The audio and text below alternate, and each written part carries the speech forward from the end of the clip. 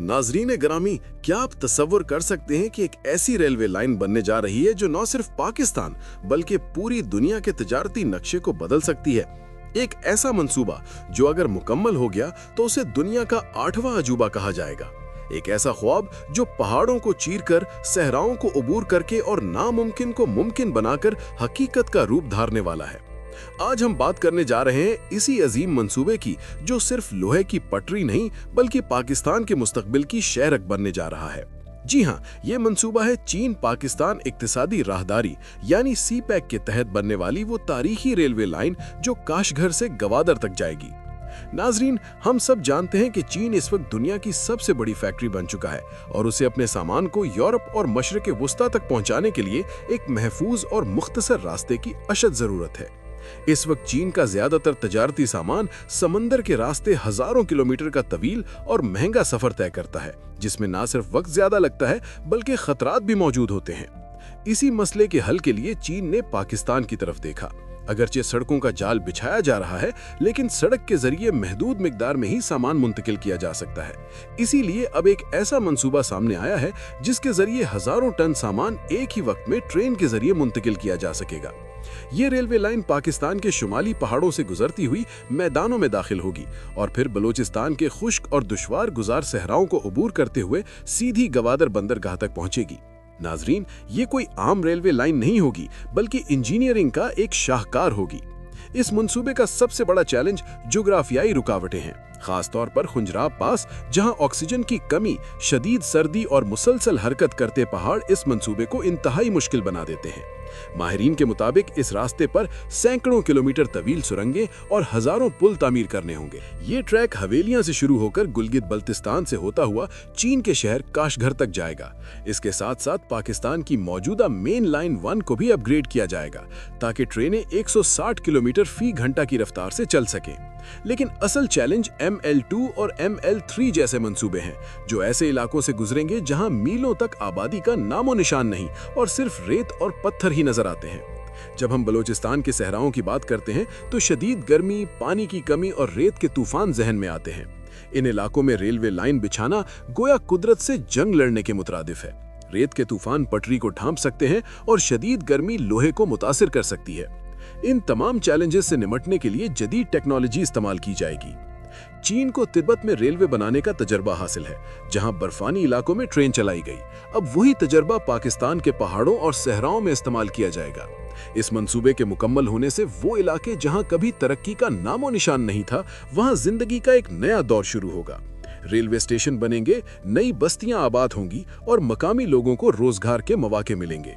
अब सवाल ये पैदा होता है कि इस मंसूबे पर कितनी लागत आएगी और ये सरमाया कहां से आएगा।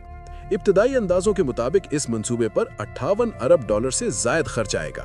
ये रकम इतनी बड़ी है कि पाकिस्तान अकेले बर्दाश्त नहीं कर सकता, इसीलिए चीन सरमायाकारी और कर्जों के जरिए इस मंसूबे को मुकम्मल करेगा।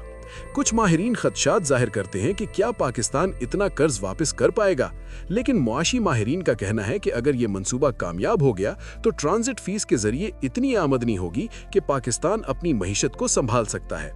चीन का सामान पाकिस्तान के रास्ते गुजरेगा और हर कंटेनर पर पाकिस्तान को फीस मिलेगी।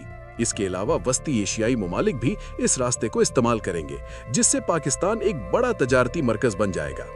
इस मंसूबे की स्ट्रेटेजिक अहमियत भी बहुत ज्यादा है। दुनिया की बड़ी ताकतें जैसे अमेरिका और भारत इस पर गहरी नजर रखे हुए हैं।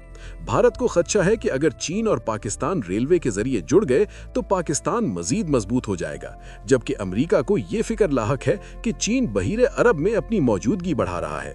गवादर बंदरगाह और ये रेलवे लाइन चीन को खलीज फारस के करीब ले आएगी, जहां से दुनिया का ज्यादातर तेल गुजरता है। इसी वजह से इस मंसूबे को मुख्तलिफ रुकावटों का भी सामना है, कभी सिक्योरिटी मसाइल तो कभी सियासी अदम इस्तेहकाम। लेकिन चीन और पाकिस्तान इस मंसूबे को हर हाल में मुकम्मल करने के लिए पुरज़्म है।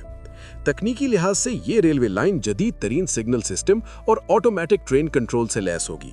खतरनाक इलाकों में सेंसर्स नस्ब किए जाएंगे जो ज़ल्ज़ले या लैंडस्लाइडिंग की सूरत में फौरी खबरदार करेंगे। सहराई इलाकों में रेत को रोकने के लिए खुसूसी दीवारें और दरख्त लगाए जाएंगे। ट्रेन के इंजन भी खास किस्म के होंगे जो कम ऑक्सीजन और शदीद गर्मी में भी काम कर सकेंगे। इस मंसूबे के समाजी असरात भी बहुत अहम हैं।